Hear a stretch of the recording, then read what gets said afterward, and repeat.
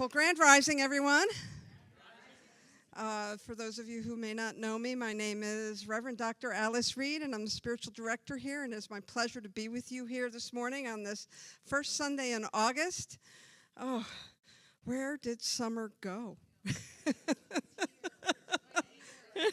That's right. Okay. Right. Wait a minute. There's something about our teaching about being in the present moment. So summer is right now, right? But here we are in August, and it's sometimes it just surprises me how quickly time passes. It really does. We are talking this year about this beautiful idea that Ernest Holmes had, Ernest Holmes being the founder of Centers for Spiritual Living and Science of Mind movement. And he had this beautiful saying that we are open at the top. And so our whole year's theme is exploring different ways where we can be open at the top, where we can experience things from a different space, from an open space, from a place of newness. And this month, we're talking about transmuting fear to faith. And I'm not covering up fear with faith, not sort of squashing it, not pretending it's not there, but transmuting it. And transmuting is that beautiful word that is perfectly describing what we're talking about, in that we are changing the nature of one thing to another, changing the nature of fear to faith. And I think sometimes, I don't know about you, but some of the emotions that come up with fear, right? Anger, upset, sometimes some deep sense of unworthiness. Like fear can give birth to a lot of different emotional experiences, and so we don't want to cover them up, but sometimes those emotional experiences can carry so much energy that the only thing we know how to do is shut down and withdraw. But I want to talk about fear this month from a little bit of a different perspective. I want to talk about fear in that it can be instructive. It can help us to signal to us that there's something else that wants to be heard, something else that wants to be known, discovered, brought to the light. And when we can recognize fear in that way, it can really help set us free. It can really help set us free. And so the talk title this week is Speaking Love to Anger. And I would add, or upset or fear. But again, I'm not talking about approaching challenges by doing a spiritual bypass. It's kind of like putting lipstick on a pig. It's still a pig, right? We haven't quite dealt with what it is that's coming up for us when we're finding ourselves in some of these highly charged emotional states. And so today's reflection starts with a couple of lines that I came across on the internet while I was trying to search for a quote from Maya Angelou. This is not Maya's word, and I can't tell you who said it. It could be AI slop, but it's pretty good slop. It says, the lines are this, and I think you'll resonate with them. When someone lashes out at you, they're not showing you their power. They're showing you their pain. And if you can see it that way, really see it, you won't take the insult personally. You'll see it as a flare from a heart that is struggling to stay afloat. Yeah, that is a powerful idea. It's a very powerful idea for us to hold. A flare from the heart. That anger and fear can be this, you know what a flare is, right? We shoot up a flare when we need help. And so when we find ourselves in that experience, it's an opportunity for us to recognize that the pain is in disguise. It's disguised as power, and it hasn't really shown its own face to us. And experiencing someone else's anger and upset, especially when we feel like it's directed towards us, it's not easy. It is not an easy place to allow yourself to stand. Some of us withdraw, some of us flee, some of us freeze. It's a lot of energy. And so it takes some self-mastery to begin to witness powerful emotions from a different place, to be able to hold a space where we can be really present with someone. Now, I got to tell you, I have not mastered this skill. It takes a while for me to get to a place where I'm not trying to defend myself or trying to fight back. It takes me a little bit to,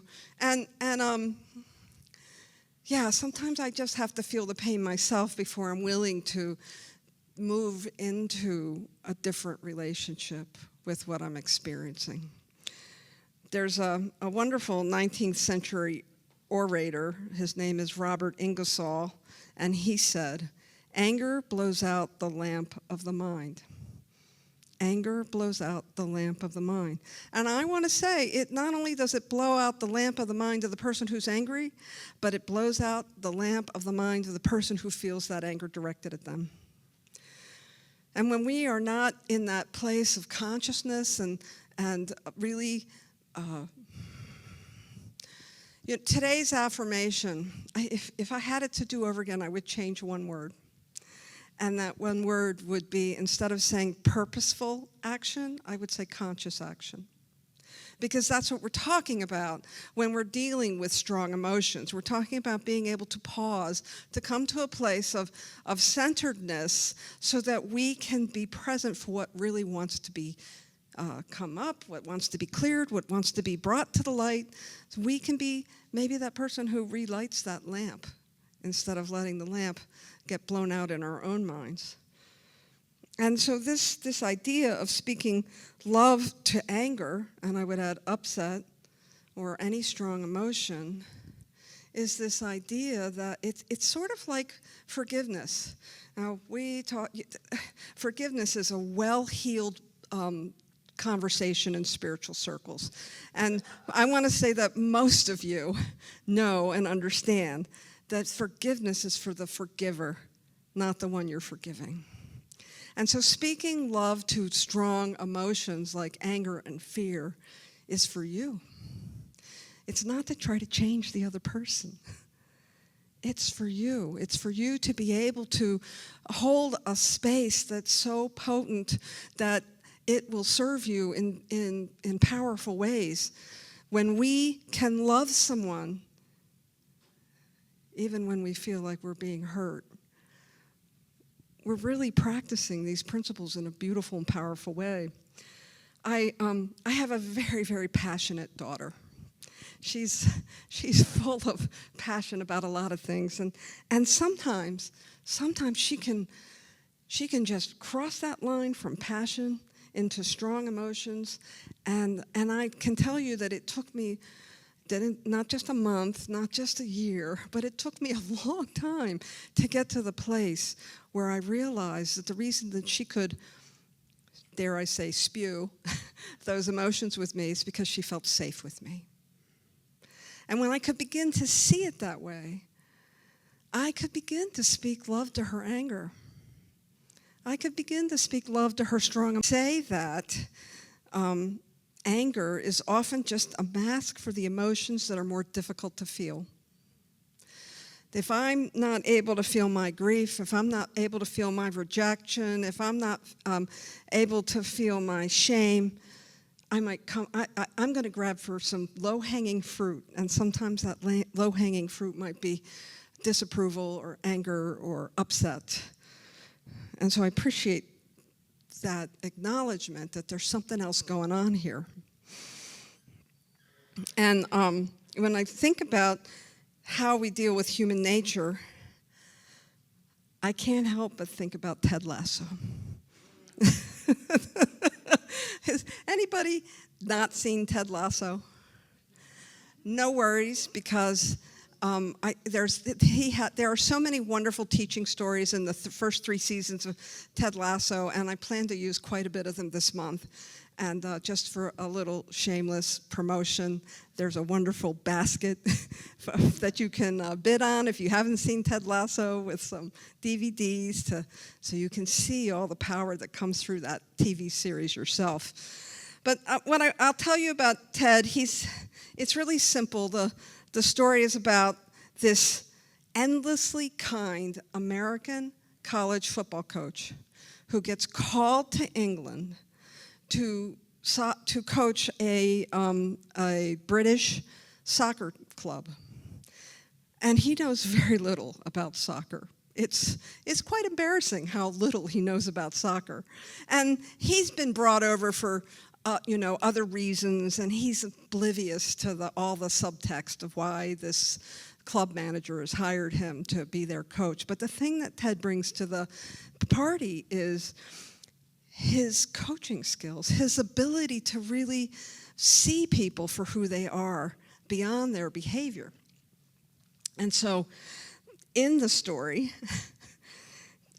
Ted is faced with, and the whole soccer club, as a matter of fact, have to deal with this cocky, arrogant, young soccer player named Jamie Tart, right? Jamie Tart, Jamie Tart. If you've seen the series, you know they are little songs they sing about the soccer players. But he's arrogant, he's cruel, he's mean, he picks on the underdogs. But Ted, while everybody else is certainly immediately writing off Jamie Tart, Ted refuses to do so. He refuses to give up on Jamie Tart. He knows that there's something else there underneath the behavior. And so he does what Ted does. He's just endlessly kind. He's understanding. He's questioning instead of judging the behavior that he sees. And as the series goes on, the relationships deepen. But we have this one scene that especially talks about speaking love to anger and upset, where the team has lost the game. They're in the locker room. They're feeling pretty crappy. And Jamie's father enters the locker room and begins to humiliate him in front of all his teammates. It's a sad scene. And everybody's just, it's such a car wreck. Everybody's just, doesn't know what to do. Finally, the father gets ejected from the locker room. And his nemesis, Roy Kent, immediately walks across, and Roy is a tough guy. He is not, you don't think compassion when you meet Roy Kent. And he walks across the locker room, and he immediately just holds Jamie in his arms. Just holds him. He's compassionate. He feels his pain. He knows that what's going on isn't the real truth about who Jamie is, and Jamie just crumbles. Now I get that we have people in our lives that there's no way you're going to walk across the room and hug them when they are needing love. And in that story, there's about 2 seasons worth of anecdotes before that happens, like Jamie and Roy Kent are learning more about each other. But the point of that, telling you that story, is that there is a point when your consciousness, the consciousness that you have developed by taking classes, by doing the spiritual practices, is going to be called forward for healing.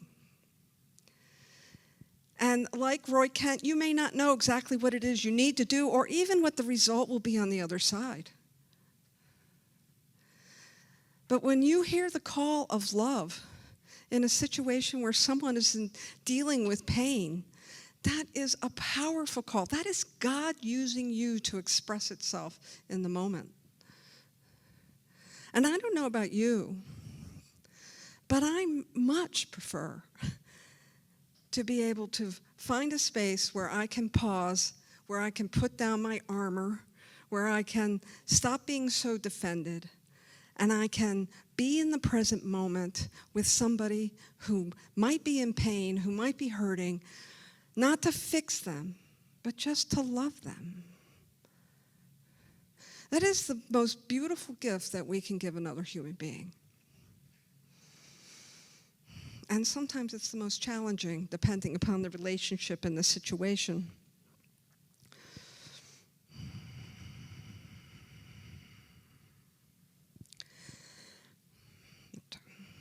So what I want to say about our philosophy is that, and if I just look at that quote again, right, and I'm going to read it again, that I started with.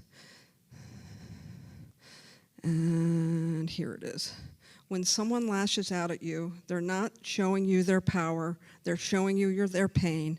And if you can see it that way, really see it that way, you won't take the insult personally. You'll see it as a flare from the heart that is struggling to stay afloat.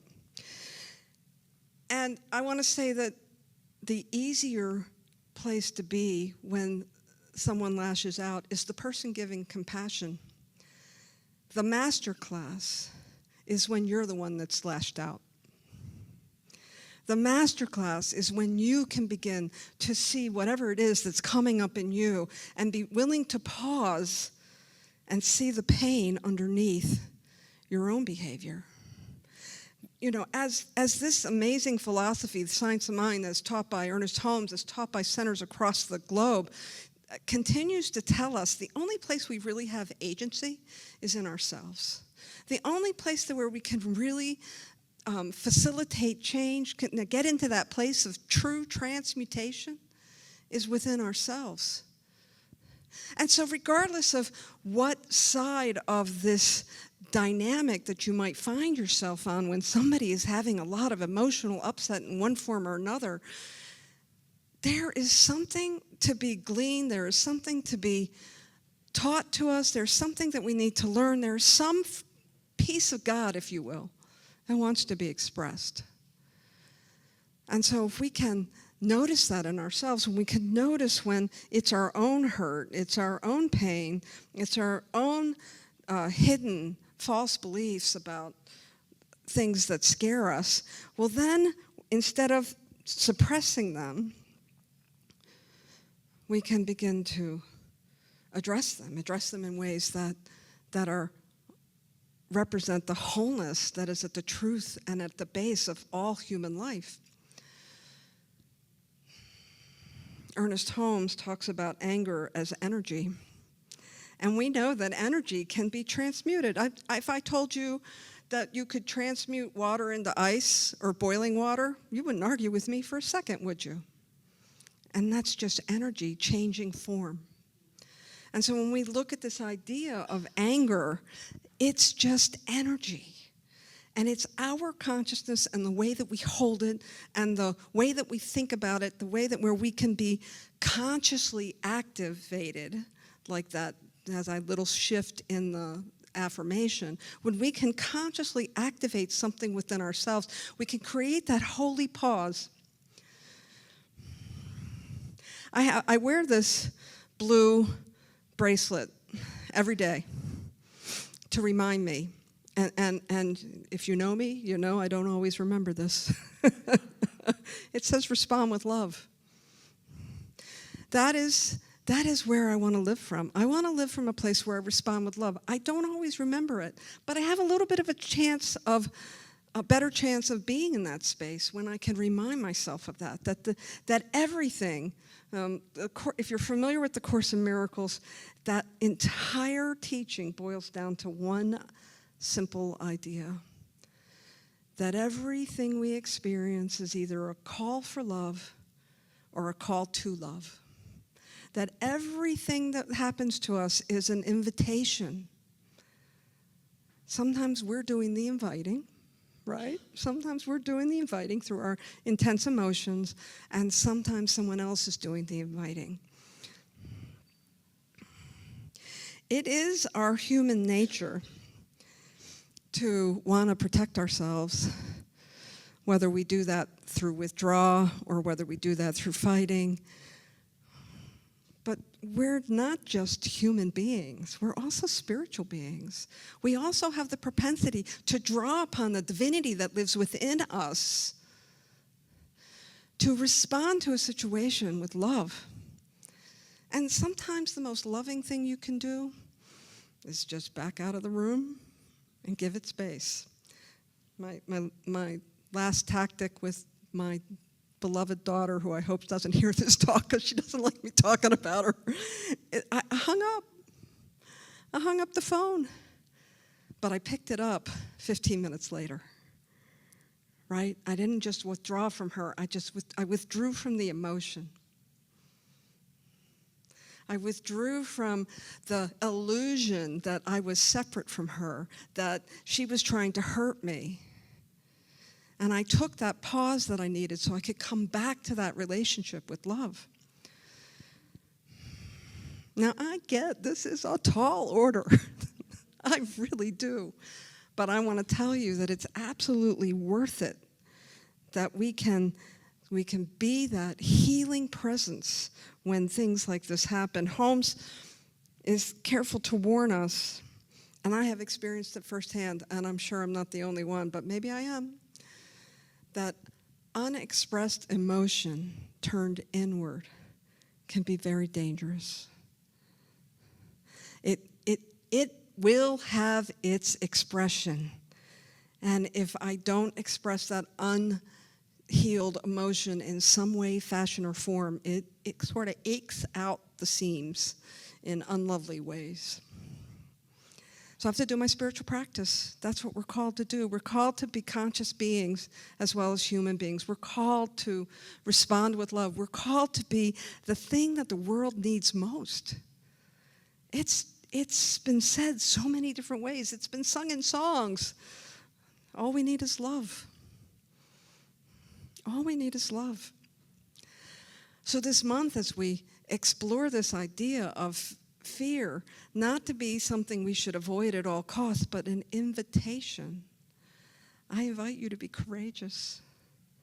I invite you to drop into your heart and trust the very thing that breathes you, that animates all life, that wants to express life as you, as a healing presence, in whatever way is safe for you.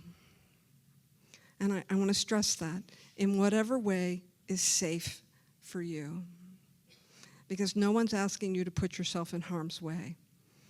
We're just asking you to listen to the gentle whisper of spirit on your heart when it wants to use you. It knows you're ready. So have the courage to walk it out. Thank you very much.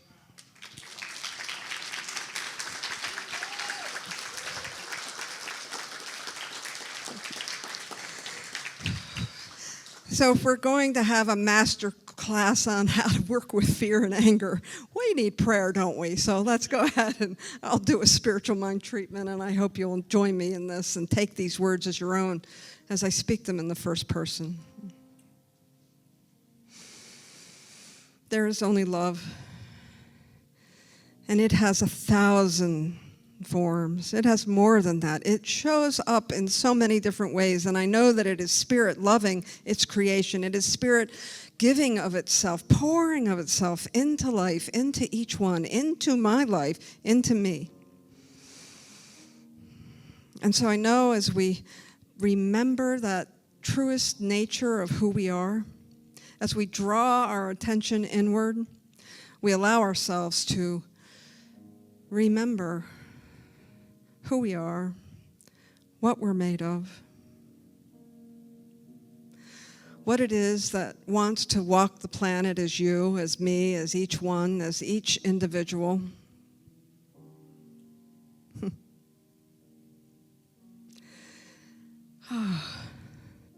It is a beautiful thing to remember our essence, to bring our energy inward, to remember and recall the divinity that is wrapped up in our humanity, to love and express our humanity and also our divinity, to be that healing presence when it's called upon. And so I know for each one that we listen within, that we are always guided, guarded, and protected by the One, and that we know when it is our turn to walk out love, to be a healing presence, to speak love to anger, to speak love to fear, to be that place where transmutation happens, and love walks the planet. And so I trust as we move through this week and this month, we continue to know that we are supported, that we are loved, that each one is absolutely an emissary, an individuation of that wholeness that is the divine. And that as we move forward in everything we do, say, experience, that love guides us, guides every step. Sometimes it's self-love and self-care. And sometimes it's to love the other you, the other individual, the other entity that you might be facing. And so knowing that this master class in spiritual living is accessible to all, that each one has the power to be a loving presence in every situation, I trust that we hold this knowledge with gratitude. We hold this knowledge sacred. We give ourselves the sacred pause so that we can walk out life the way we want to be the individuals we want to be the healing presence that is possible. And so in all this, I know anything is possible, and God makes the way known. And so I release this word into the law. I know this for every single individual in the sound of my voice, that love leads the way. Law makes the way possible. And each one is that beautiful, powerful presence in that process where love shows up right where we are. I'm so grateful for this. I know this highest truth with every cell of my being. And so we anchor this idea, this truth, this prayer in our holy vessels, in our body temple, in our minds, in our hearts, as we say together, and so it is.